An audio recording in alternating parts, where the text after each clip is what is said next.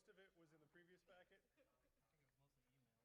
Yeah, the liaisons are in there. That's one of the updates that came through today. Oh, that's right. I think that big change. Welcome.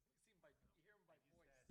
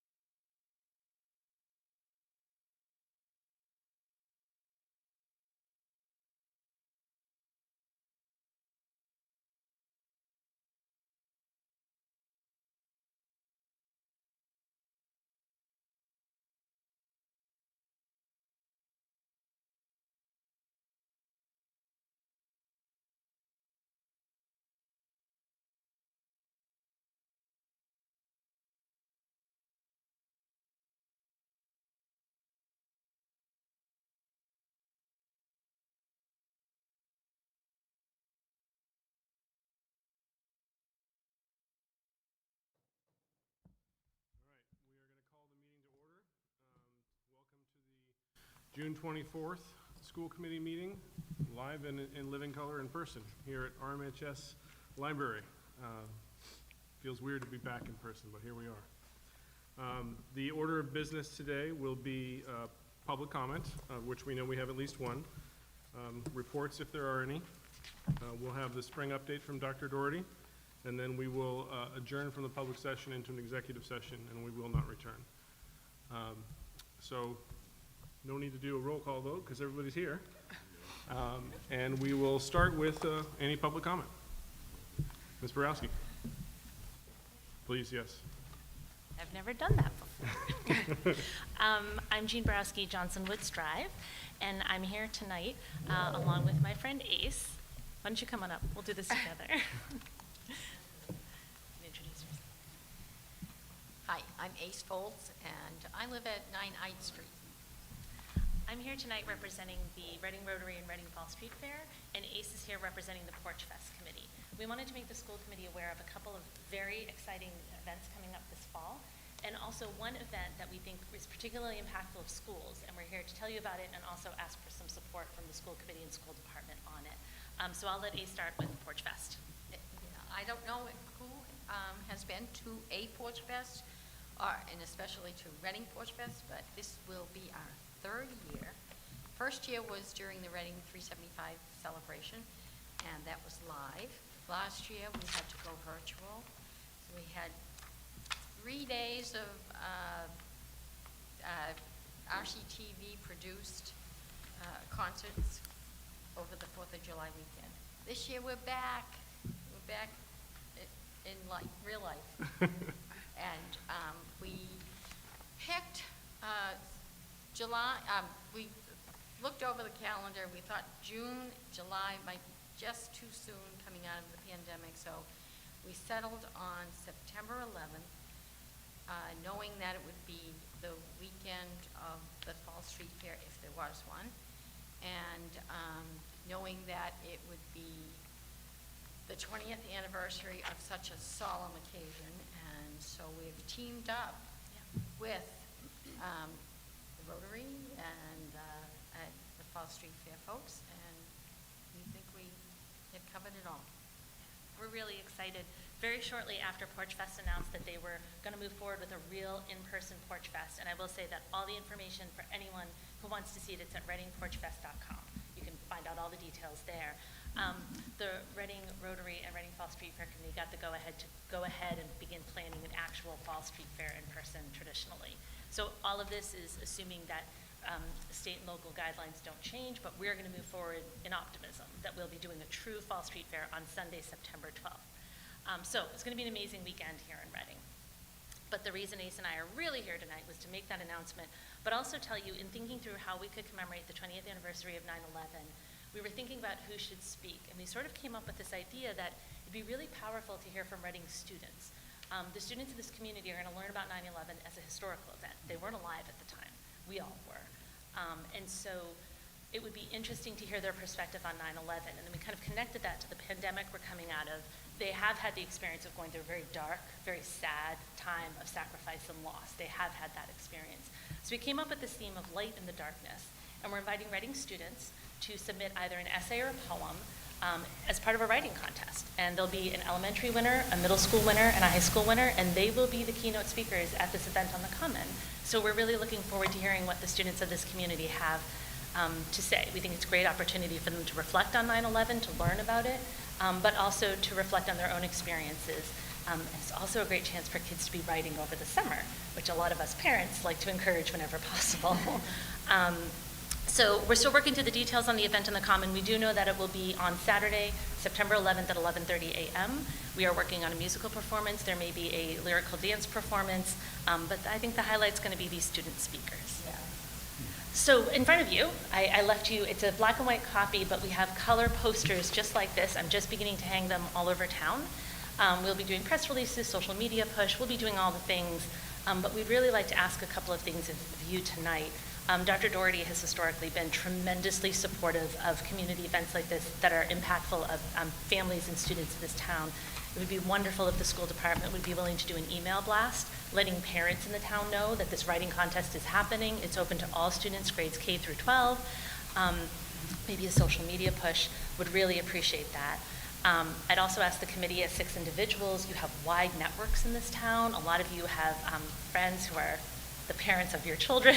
So the parents of your children's friends, not the parents of your children. You're the That's parents us. of your children. I caught it. But yeah, like if you could think through how you might spread the word. Could you do an email blast to people you know in the community? Are you on social media? Could you share the link? Just, you know, the essays and poems are all due August 1st. Kids have a month to do this. So the quicker we can get the word out, the more kids will be aware of the opportunity. So we'd ask if you would consider helping us in that way. And the final bit of help we're asking for is obviously we need someone to judge this writing. We've already written the criteria, so you don't have to think about how. The criteria is on the website, fallstreetfair.com. You can read all the rules and regulations of the contest and the criteria. But we want to come up with a judging panel of 8 to 10 people in the community from very different walks of life. We've already had a phenomenal response. We have about half of the judges already selected. It'd be wonderful to have either the chair of the school committee or a member of the school committee on the judging panel. So I'll leave that with you to discuss offline, but we would like to invite you to participate. And that way, one little caveat, any judge cannot have their own students participate, obviously. So if you've got students who might want to participate, you might not want to be a judge. So that's, do we have anything else? I think that's it. Any questions? I think it's pretty straightforward, so thank you for that. Great. Just a quick update for you. You and I had the conversation, so thank you for that. I also briefly had a conversation with Erin, who was going to be our new celebrations liaison. So between the two of us, I think we'll probably figure out which one, and if anybody else is interested in judging, let us know as well. But we'll have at least one. I guess the question I would have for you then, Jean, would be, is 2 okay, or is 1 what you want to limit it at? I'll tell you what, 1 is definitely, would be very, very good. Can I look at the composition of the committee and just make sure it continues to be balanced? We've had some interest from the library, we have a local business owner. I just want to make sure it's very balanced. So I'll get back to you on that, but maybe, yeah. Okay. Okay, thank you. Anybody else have any questions? I think it's a wonderful idea, really. I mean, Thank you. It means a lot. we were involved in, I think it was the fifth anniversary up at the memorial wall. And it's just, I mean, this is just great idea to have the kids involved. Thank you. So thank you. Thank you so much for your time. Thank you. Okay, moving on to reports. Dr. Doherty, are there any staff reports? There are not. Okay. And starting from the right, Carla, do you have any reports? We had an RCTV meeting, board meeting on Tuesday, and they still have openings for their 3rd and 4th sessions, summer sessions. So you can go to rctv.com if your children are looking for something to do for the summer, for camp options. Great, thank you. Thank you. Mr. Robinson? No report. I'll make one report / I guess announcement. It's in the packet as well from a correspondence perspective, but I hope everybody had a chance to see it. But we did do the liaison assignments. Audit committee, Sean and Carla will be staying on there to finish up. The Board of Library Trustees, again, Sean and Carla will be the liaisons there. The bylaw committee, Carla will be the liaison. The celebrations committee, which I just announced, Erin will be the liaison. Finance committee, Sean and Chuck. Human Relations Advisory, Erin will be that. Permanent Building Committee will be Carla and Sarah. Reading Community Television, RCTV, will be Sarah. Recreation will be Chuck. Select Board will be Chuck and myself. And CPAC will be Erin. Okay? So we'll be coming to you next time there's liaison reports. In the meantime, Mr. Brandt? Nothing tonight. Erin? Nothing tonight. Sarah? No report tonight. Okay, and we're done with reports. Dr. Doherty, off to you. Okay, so what I wanted to do is I wanted to give you one final update of the school year. We're now into summer, so this isn't going to work. It worked earlier. Guess I'm going to have to go up there.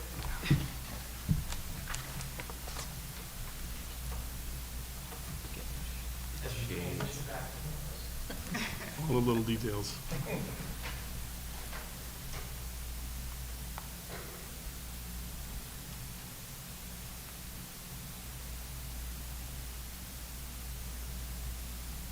Okay, so this is now the summer update, since we are now in the summer. We want to do one last health and safety update.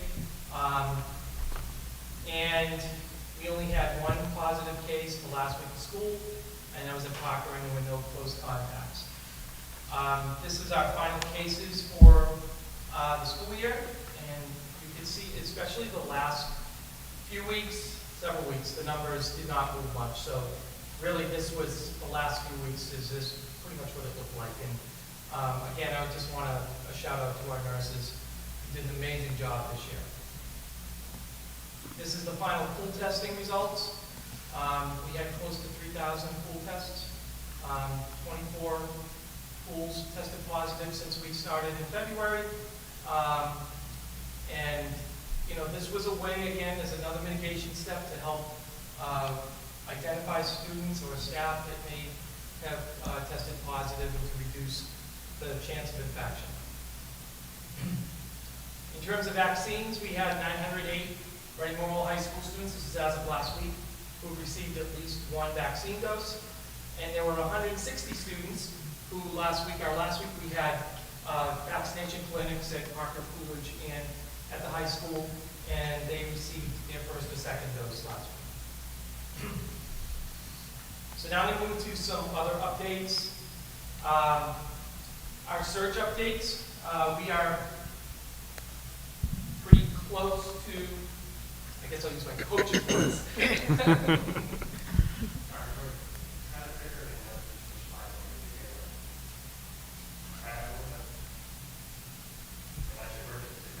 Okay. The wonders and perils of in person, right?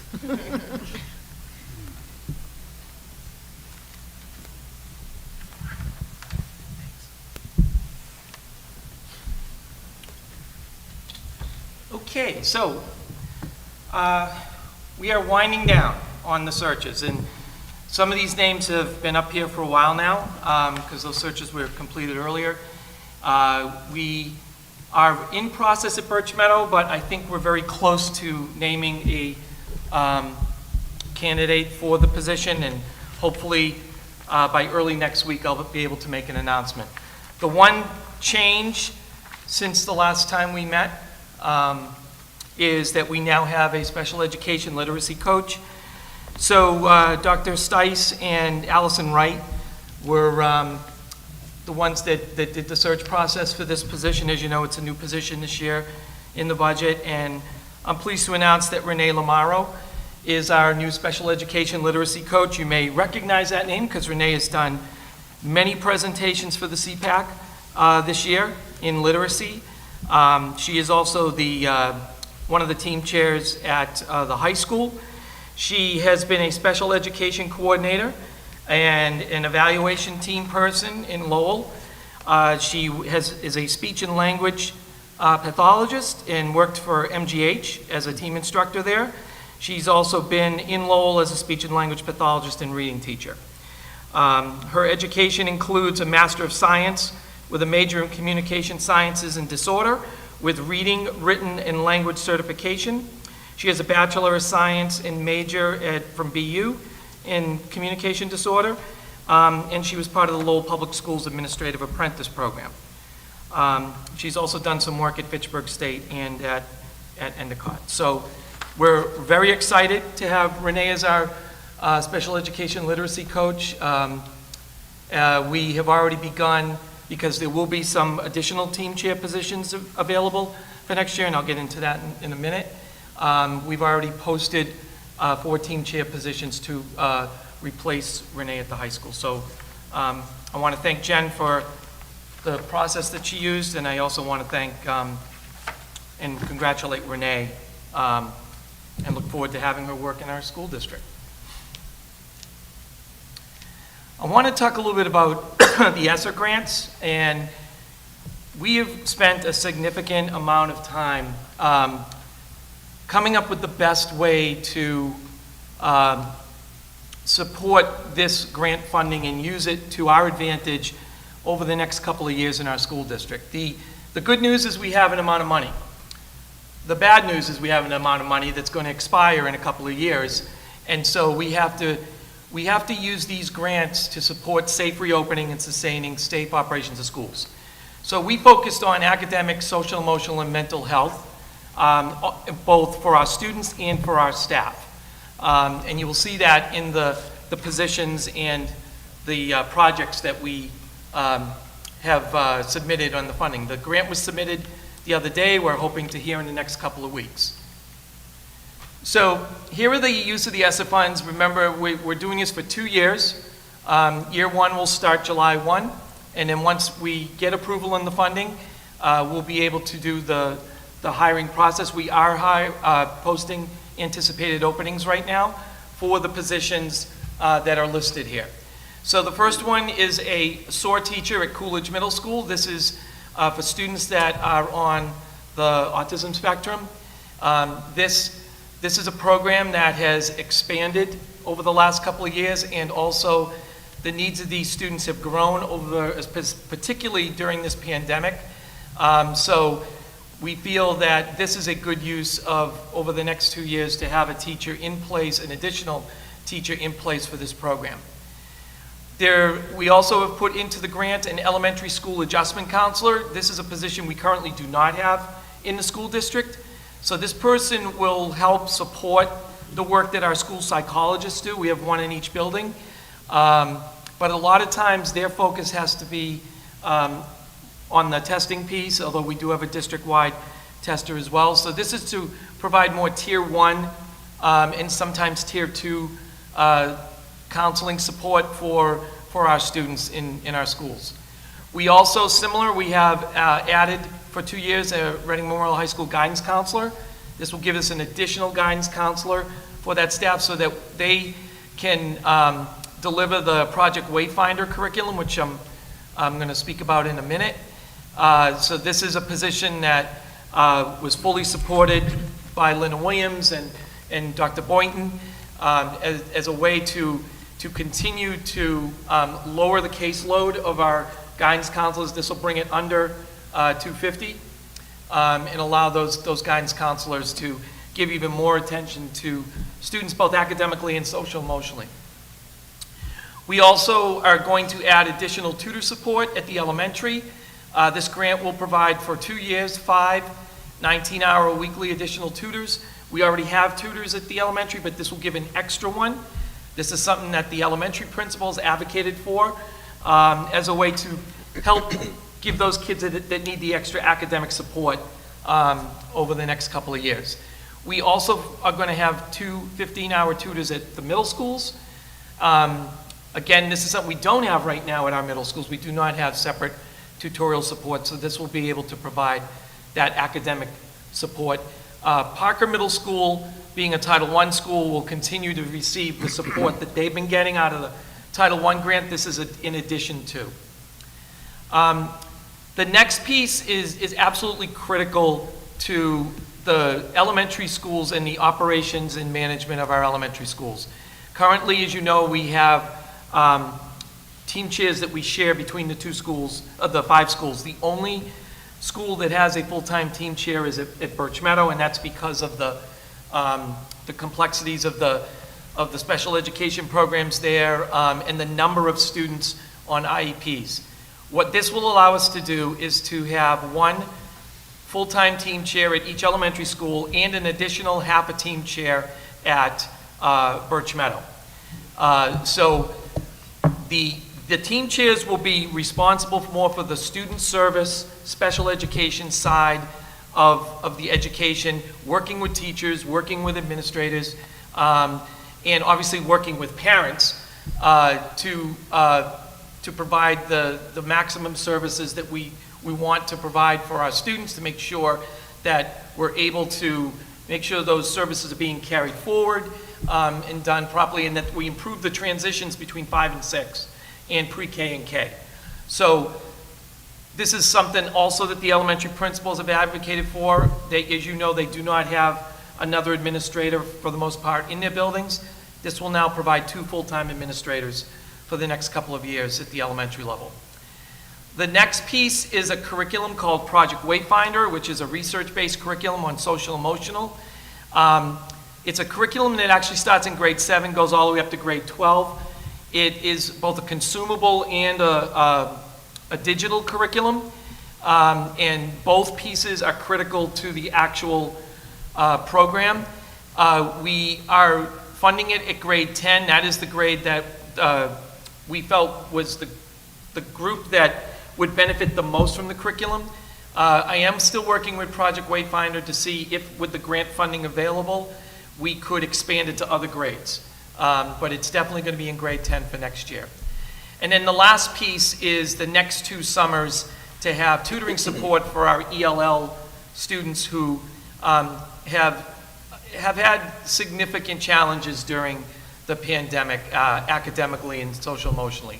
So this will provide, I believe it's in total about 250 hours spread out over 2 summers of tutoring support for our ELL population. So that's the use of the ESSER funds. I guess I can stop here for a second. I was just going to say, let's pause. Yeah, for a minute, 'cause I I'm just sure threw a there's lot at you. questions on this one, so Mr. Robinson had his hand up first. So. Can you just go back? You may have, okay, it's not there.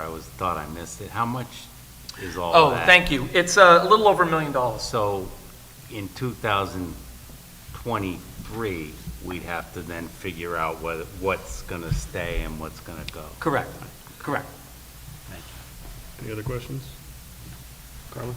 So is this all federal funds? Is it no state funds?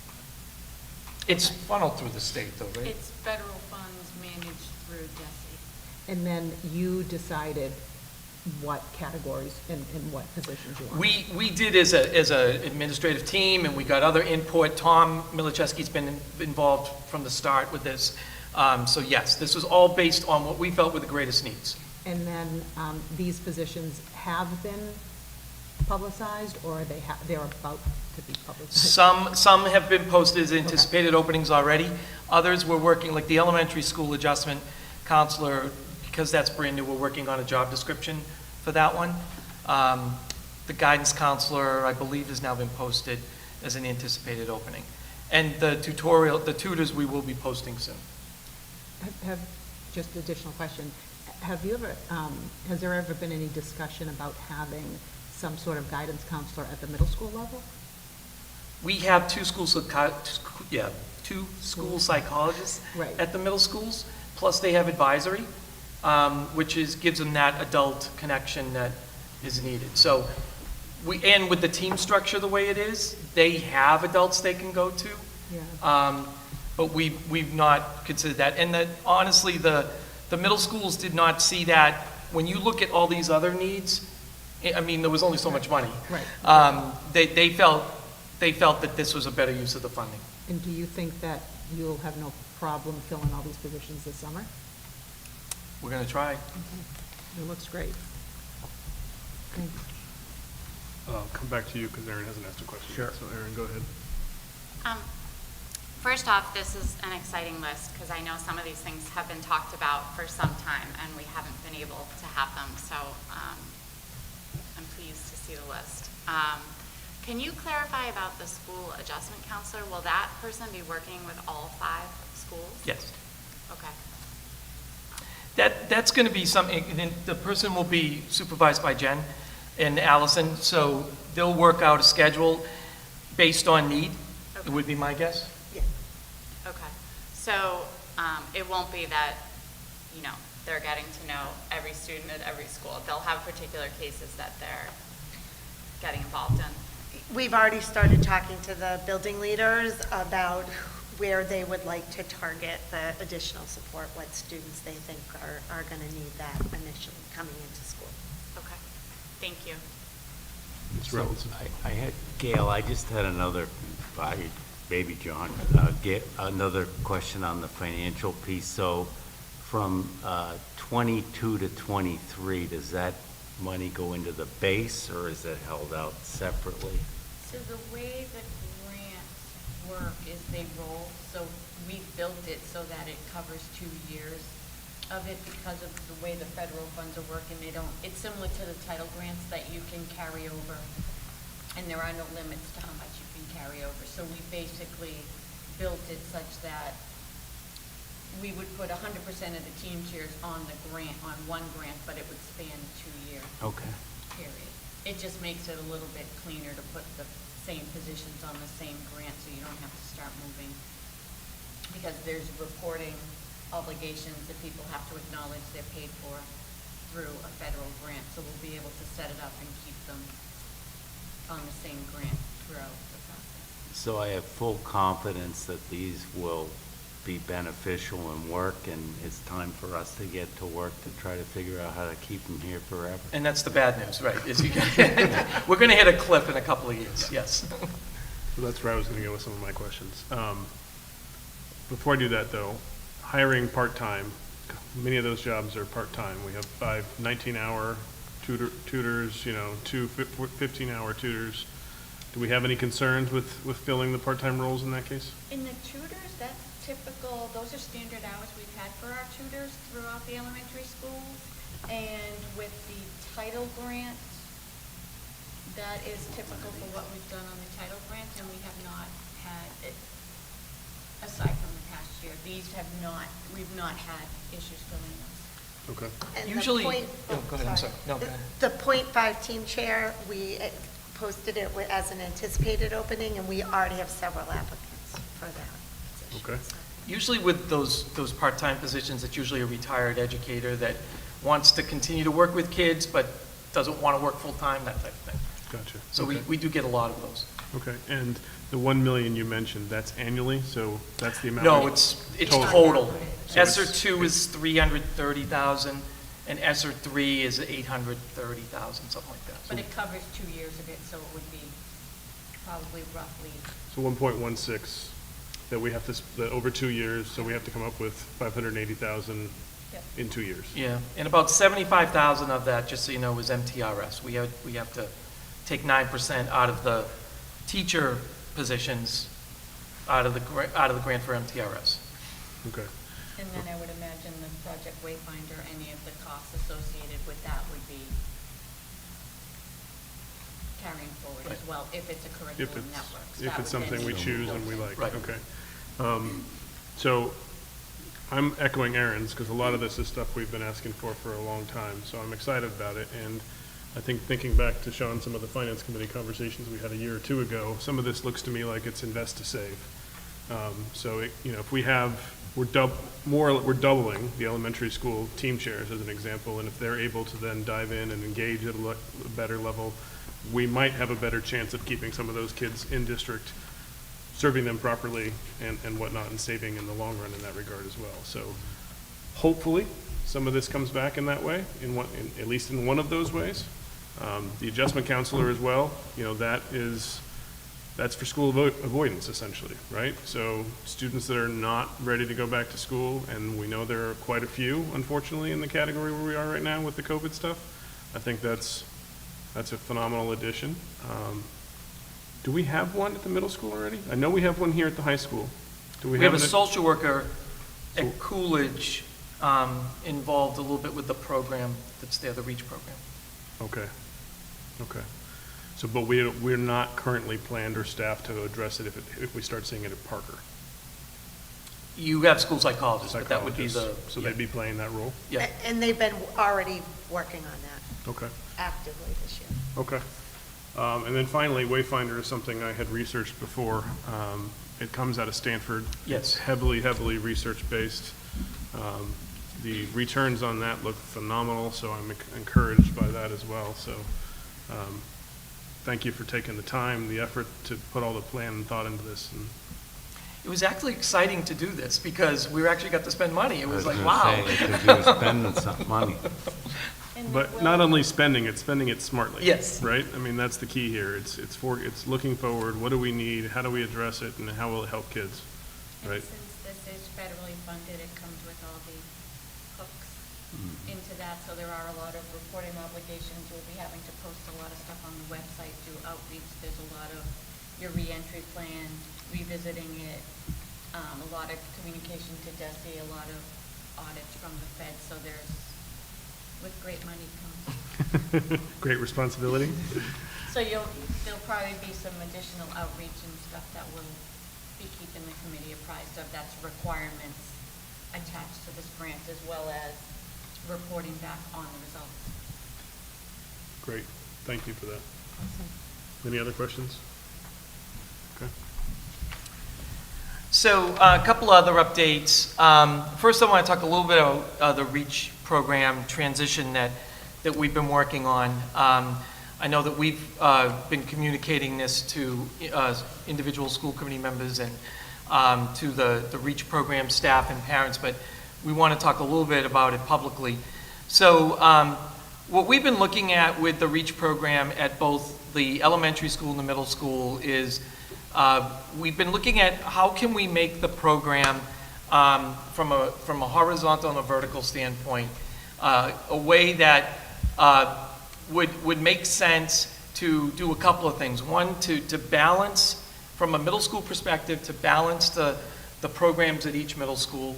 And second, also at the elementary level, to take a look at how can we transition this program in a way where when we transition it, there's staff in a community, a school community, that will get training and support to be able to transition this program. We also want to keep in mind that this is a fragile group of students that has been impacted by change, particularly during the pandemic. And if down the road something is going to be done to kill them, whether it be a complete new building or a renovation, this population of students would not do well with that. So we're looking ahead, and we've been working with building principals and teachers and parents on this. So beginning next year, the entire REACH program at the elementary level is going to be moved to the Barrows Elementary School. We've had numerous conversations with Barrows staff, and they're very excited about this. And with that will come transition activities this summer for both the parents and the students, as well as training opportunities for the staff. Another advantage of having a dedicated team chair to a building is we have Kelly Decato will be assigned to Barrows, and she is a BCBA, which is a perfect fit as well for this program. Since the program is moving to Barrows, a year from now the program will start transitioning to Parker. So the students that were in grade 5 at Killam this year in the program are going to Coolidge, and that will be the last grade, REACH grade at Coolidge as they transition to the high school. And then from that point forward, the Barrows students will feed into Parker for the program. So we have a whole year to work with the Parker staff and look at training and space and staff transitions, things like that. So we're very excited about this. We feel that this is the best for these kids who have had an awful lot of change in the last couple of years, and it just makes sense for them. So that's the REACH program update. In terms of next year, so from this point forward, their masks are optional. So everything is now an optional piece. For summer programming, masks are also optional. They're not required, but they're encouraged. So all of our summer programming, if students want to wear the mask, they certainly can, but are not going to be required to do so. And which would be great since it can get pretty hot in some of those classrooms in the summer. And then for the fall at this time, there will be no mitigation mandates of masking or physical distancing. Obviously, if numbers change, then that will change. But right now, there are no, there's nothing that we're going to have to do differently that we had to do a year ago. So that's good news. Can we pause there for a second, too? Just looking around first, I guess I had a question, but you want to go, Sarah, I please? just wanted to clarify the last point, Dr. Doherty. I assume that's at all grade levels, including the elementary, for the masking and social distancing guidelines? All elementary, yep. All grades. Thank you. And I believe we still budgeted for the MERV 13. Are we planning to keep those going forward? And have we seen any sort of negative impact on our HVAC systems as a result? That's the plan. There were some more filters that were purchased through the COVID money. And that is the plan right now, is to stay with the 13s. Yeah, we've not seen, and I'm sure Joe could elaborate further, we've not seen any changes to the equipment that we thought could happen, but our equipment is more new than in other school districts, so they do a great job maintaining the HVAC system, so we're hoping that that can continue. Okay, great. And just jumping back to the REACH program as well. I know I've seen like a few parents that are concerned, but I know you guys have a great plan about that. At your going away party, we ran into Mrs. Levitt, and she was beaming Yep. with excitement about it, mentioning it was part of her background as well. So it sounds like you guys have found a good fit from a program perspective. So thank you for the thought process to go into that. And with Kelly as well, from a BCBA perspective, it seems like a great plan there. And the other thing I was thinking about as you talked about it with us is it balances the middle schools out a little bit better, right? Coolidge having SOAR, SAIL, and REACH versus Parker having LEAD only. It seems like obviously the numbers are different for each program, so that might have been one of the reasons why it was 3 in the first place versus 1, but I like the balance that provides going forward. So thank you for the time and effort in that. And just as an additional note, Ricky Shanklin has actually had experience when she was in Linfield with this type of program as well. Oh, okay, great. Please, Dr. Stice, please. One of the other things this allows us to do is training for general education staff. So we were able to work with Gail Dowd and use some of our PD money for next year, and we have groups of teachers vertically. So REACH draft from the elementary, middle, and high school working together to provide a training for the beginning of the year for all the general education staff, and it's for every program. We're doing it vertically. So it also allows us to do a deeper dive, making sure everybody in the school, not only the teachers, the paraprofessionals, the secretary, the custodians, the CAF workers, really understand who's in their school and how they can continue to help support the students as well. So this has been a really good opportunity for us to look at that piece, and we're excited. And one more question, from a space perspective, we're confident that we have the right space there from a room issue or anything else along those lines? Everything's going to work out? We are, and we're taking a look at, Barrows is the first one we're looking at, so we are looking at a couple of smaller spaces for Barrows that we're going to retrofit. And then at Parker, we feel that we do have the ability, we've talked to Ricky about this, and that gives us a year to take a look at the space and how it can be reconfigured the right way. Okay. Thank you. Any other questions?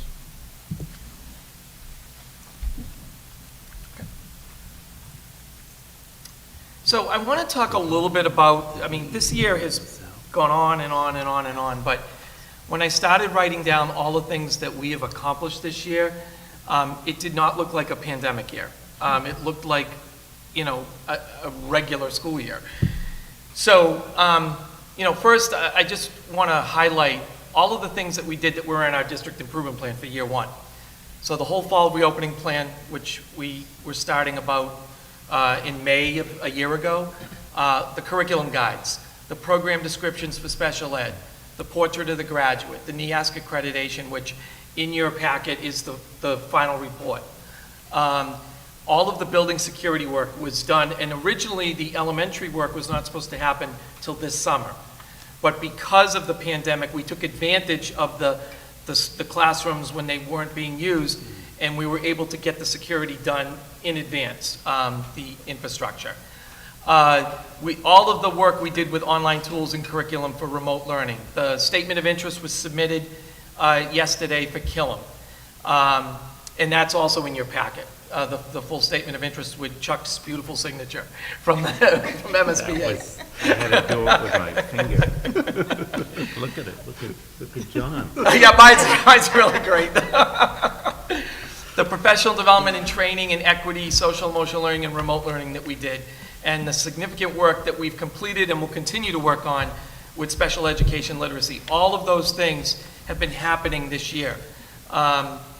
We also, communication, I would say, was a major strength at all levels this year. We made a successful transition from remote to hybrid to in-person. And several administrator hires were completed. If you think about, and if we can finalize Birch Meadow, we have hired 8 administrators for next year in a very short period of time. And I'm really excited for the staff that has been hired. I think they're terrific. The YESR grants that you just heard about. We implemented pool testing, pre-K to 12, which we started in February. We also then implemented a vaccination plan. We worked closely, Gail and I, and worked very closely with the incident command team since March of 2020 on a variety of projects ranging from mass distribution to vaccination clinics to opening and reopening of schools to graduation. Those were all things that we worked together, to the senior events a year ago. Those were all things that were done with the incident command team. We successfully deployed over 1,000 laptops and 40 hotspots for remote learners. I can't read that. Oh, the Food distribution. Thank you, the food distribution, it's in green, the food distribution program. And, what's that one? COVID cog. Oh, COVID compensatory services, thank you. And then the early literacy screener. So, amazing amount of things have happened in this district. We continue to strengthen our relationship with CPAC. We had parent workshops on school transition and social emotional learning. The Birch Meadow modules were installed, which seemed like years ago, but were done in October. Oh my goodness. PPE. Oh, PPE distributed. HVAC. HVAC filters were upgraded, and I counted 18 school committee policies were revised and approved. So there was a lot that happened. The SOA plan, another thing that seemed like years ago, was submitted to the state. We began improving our diversity hiring practices. Several athletic teams competed in the state, competing in the state tournament now, and we're in Middlesex League championships. The virtual chorus and the drama productions, how they ever did it virtually, I have no idea. It just amazed me. Gail received the state award, the Conway Award, and Rise received the state recognition. And we had outdoor graduations at the bookends of the pandemic and promotion ceremonies, which the Coolidge and Parker ones last week or the week before were amazing. So those were all positive things that happened. So I do want to thank a lot of people for this year. So I'm leaving this last one for a bunch. First of all, I want to thank the parents, first of all, for their patience, but attending all the virtual updates that we had from begin in the spring, continued into the summer, and then throughout the school year. Your questions and comments were very helpful as we developed and implemented a plan that focused on health, safety, and academics. I also want to thank people for being patient with all of us. Like you, we gave it everything we had. We did not have a script on how to do this, but we used our moral compass to do everything we could to help you and our students. Thank you also for staying current in all the communication that you received from DESE, principals, and central office. It was a lot, but I know parents appreciated it. I want to thank people for being flexible. Many of you had to go back and forth between remote and hybrid when your children were quarantined. And just thank you for believing in what we were doing and giving it everything we had. There's many groups of people that I want to thank in the district. First of all, our pre-K, high needs teachers, related service providers, BCBAs, paraeducators, and specialists, art, music, PE. Pretty much they were here every day in person. So we thank them for that since the start of the school year. All of the teachers who had to teach in 4 worlds all year long, remote, hybrid, in-person, and live stream. They had to completely shift their toolbox of skills on the fly to make learning engaging all year.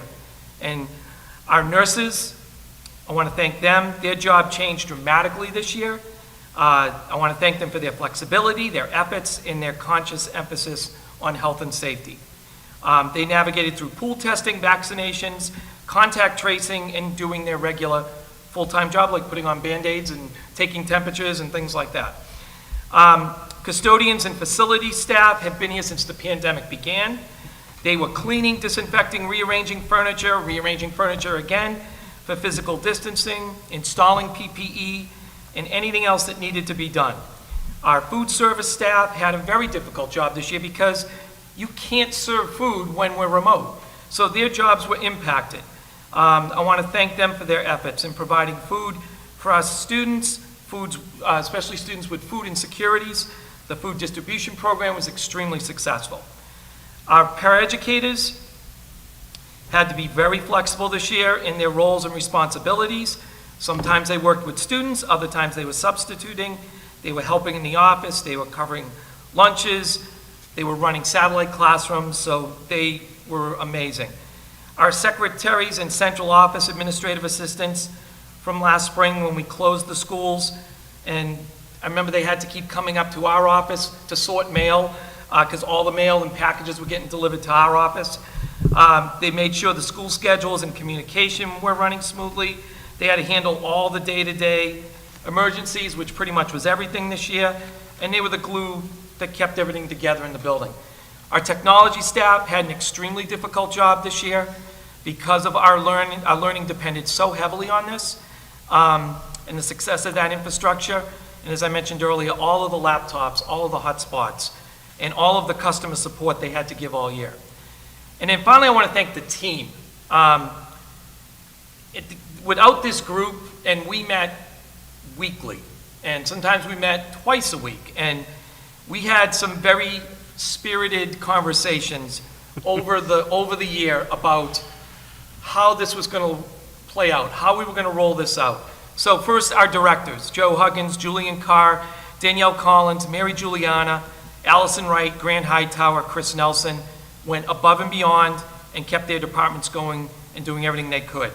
Our principals and assistant principals, Kate Boynton, Craig Murray, Jess Terriol, Tom Zaya, Sarah Marchand, Bree Carreau, Ricky Shanklin, Brendan Norton, Joanne King, Sarah Levesque, Julia Hendricks, Beth Levitt, Lisa Maria Polito, Kelly Boswick.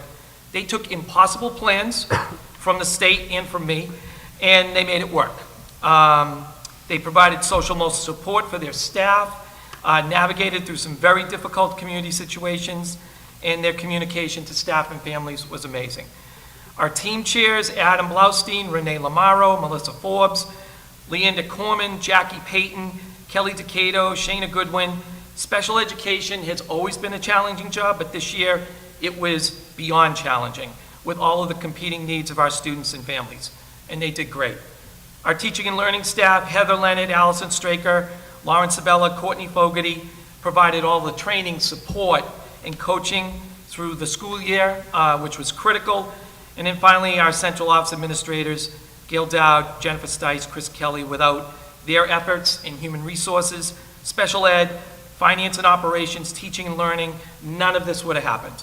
I cannot tell you how many hats, particularly Gail and Jen, have worn this year, but they have done an amazing job. We avoided many potholes and jumped many hurdles to keep this school district functioning during this pandemic, and your support and your leadership was amazing.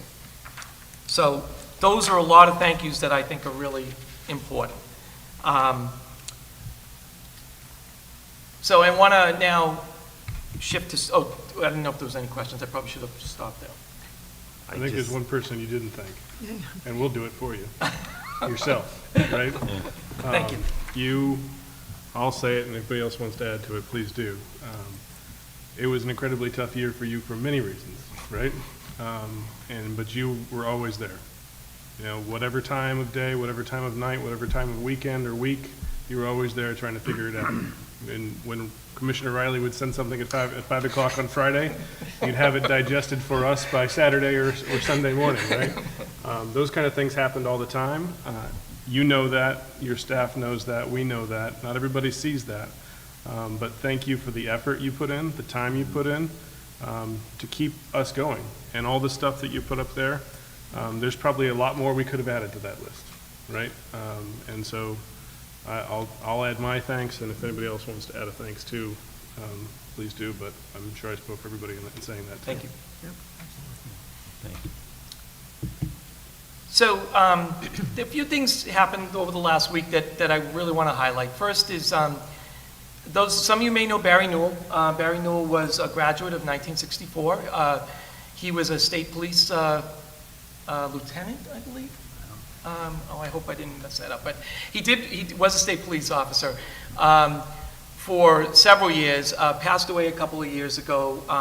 The Newell family started a fund to help support RMH athletics, and I'm pleased to announce that we have these two beautiful digital boards. One is in the Fieldhouse foyer, and one is on Main Street across from the nurse's office near Guidance.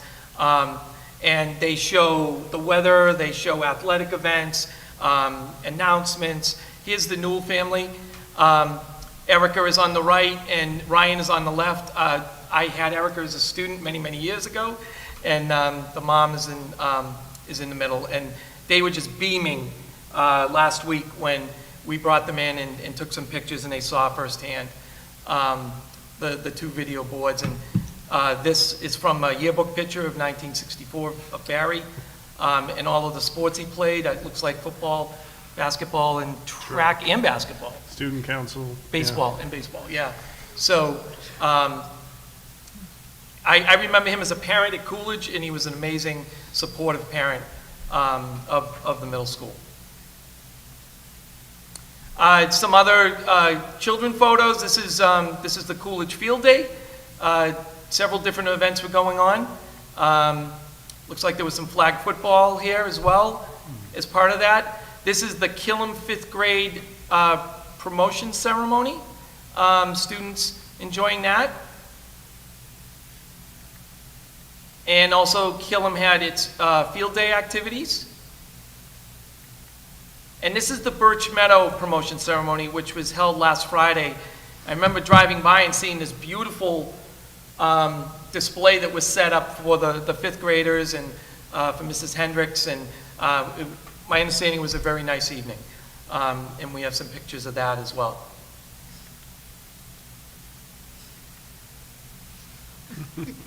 And then Coolidge had its very first in-person staff meeting of the year on the last day of school.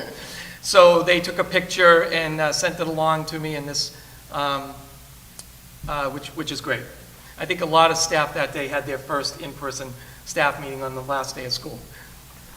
And the last thing I want to do is I want to play one song from the recent Parker Chorus,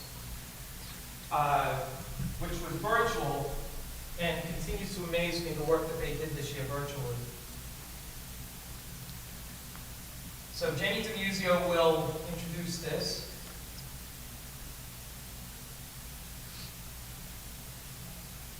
And license work. Hold on a second. Just move on.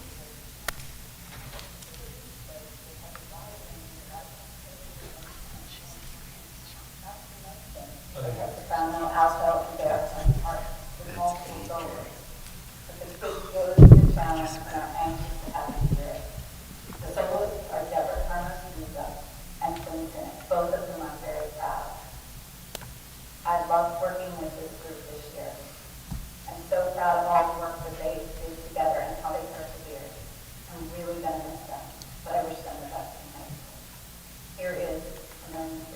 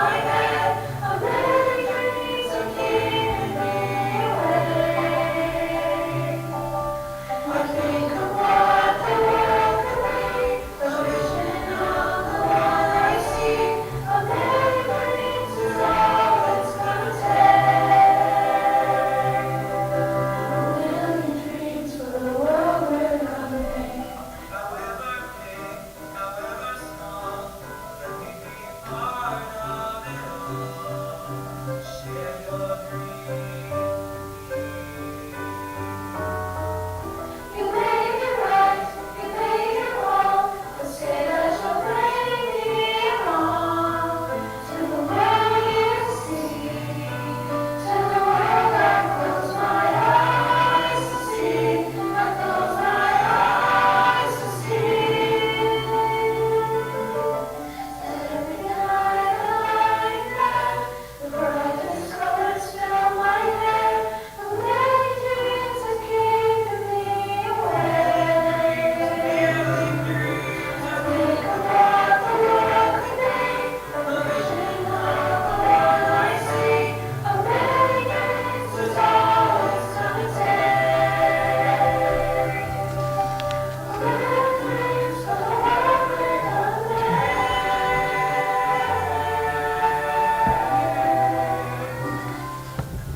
for the world we're gonna make.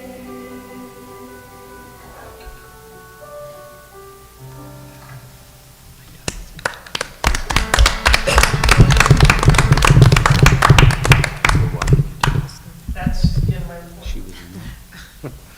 Okay. Thank you, John. Any questions, any? Can I just make one comment? Thank you for sharing that, Dr. Doherty. I think that was such a good example of just the creativity and dedication of these teachers. I've been blown away.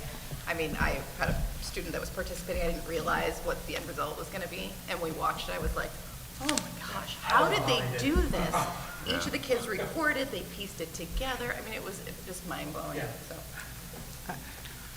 My daughter was in that one. Yes. And it was the same type of thing. I was so sad to not be part of Yeah. to not sit there and watch Parker's chorus and band concerts. And this was so nice to be able to see. it was. Piggyback off that as well. I mean, watching what Mrs. Wetland did at the high school as well this year, remotely from that perspective, but then to finally get to see them in person Yeah. at both the, 9 to 5, but then also at the chorus concert, and to see the pure joy, and that's the best way I can say it, the pure joy on their faces to be able to sing in public amongst their peers to their parents, that was phenomenal. But then this type of thing they had to do for their winter concert, and the way they put it all together, the way they edited it, the way they spliced it so that it came out, it's another example of the way that they pulled it all together this year. Okay? All right, so before we go to the next thing, which is our move to executive session, I just want to give a quick update to the committee on a couple of things. We don't have, I don't believe, I haven't looked at the bottom of it, we don't have our calendar laid out yet. Dr. Doherty and I were trading notes on it today. Yeah, I did not put it in here. Yeah. So a couple of things. We will be meeting on Wednesday. We don't have the time yet. We need to get it posted on Monday, early enough so that we can get it at maybe 8 or 9 or something like that in the morning, most likely. Yeah. We'll have to see when that is, and as I mentioned, we're going to have to be a little bit flexible because we're waiting for a few pieces of information before we can finalize that. But that will be in public session. However, due to the time and due to other people's commitments, we will hold that remotely. Okay? Because that just makes more sense than trying to get everybody together here for 4 votes and then say goodbye. So that's that. In addition to that, we're tentatively targeting, I want to say the 22nd of August, or sorry, of July. Sorry. 22nd of July. I have to meet on my anniversary and my birthday. I was here. You don't have to come if you don't want to, Jack. I can move it, we can move it to the 19th, we can figure something out. I But, spent my birthday with you, too. So the 22nd, the main thing on that meeting is the veterans plaque slash statue slash whatever Mr. Bowmiller has come up with. So we still have to confirm with him that he's able to make that, because Right. it was tentatively scheduled for the 29th, but a few of us are going to be on vacation that week, so we wanted to make sure that we were around. If it doesn't work for him that week, we might move it to next week, we'll figure it out. And then I have had another conversation with Mr. Milczewski as well, trying to figure out some of the rest of the plans for the summer. still very much in flux. We'll probably know more once he gets in the door and he's able to work with the admin staff and see what availability is, especially with regards to the offsite. But we will have the offsite, quote unquote. Whether or not it's multiple nights or whether it's a Saturday, we're still trying to figure that out depending upon everybody else's schedules and whatnot, but it's likely to be sometime mid-August. And then we'll kick ourselves into full gear right around the beginning of school on the 2nd of September, give or take. Okay? So that's just a quick calendar update. As I know more, I'll let you know. It's an agenda item. I can let you know ahead of time, so, yes. Do we know yet if there will be virtual options? So for instance, I'm in Michigan July 22nd, but could potentially join remotely. That is a topic we're taking up. Technically, we had it solved before for the superintendent interviews. It is a heavy lift, though, so we'll just have to be cognizant of it and consider what our options are. Okay? I think with the new law, it doesn't mandate it, but it encourages it. Encourages it, yeah. Right, so that we do have remote participation stuff. So that's one thing, not just for us that we're looking at, but also for the public that we're looking at, to make sure that we're as open and public and transparent as possible. Great, thank you. Okay? Any questions, comments on any of that before we move on? Okay, then I will take a motion. All right, my first motion is the longest one I can recall, but we'll give it a shot. The SOI one was a lot longer, my friend. That's true. Move to go into executive session to discuss strategy with respect to collective bargaining and that an open meeting may have a detrimental effect on the bargaining position of the public body, to discuss the complaints brought against a public individual, and to discuss strategy with respect to litigation if an open meeting may have detrimental effect on the litigating position of the public body and the chair so declares not to return. Thank you. Do I have a second? Second? Seconded by Carla. It is an executive session, so we'll do a roll call. Okay? Carla? Aye. Chuck? Aye. John? Aye. Aaron? Aye. Sarah? Aye. And Tom? Aye. And thank you. Bang the gavel. Chuck's teaching me on that as I go outside. We'll go into the back corner over there.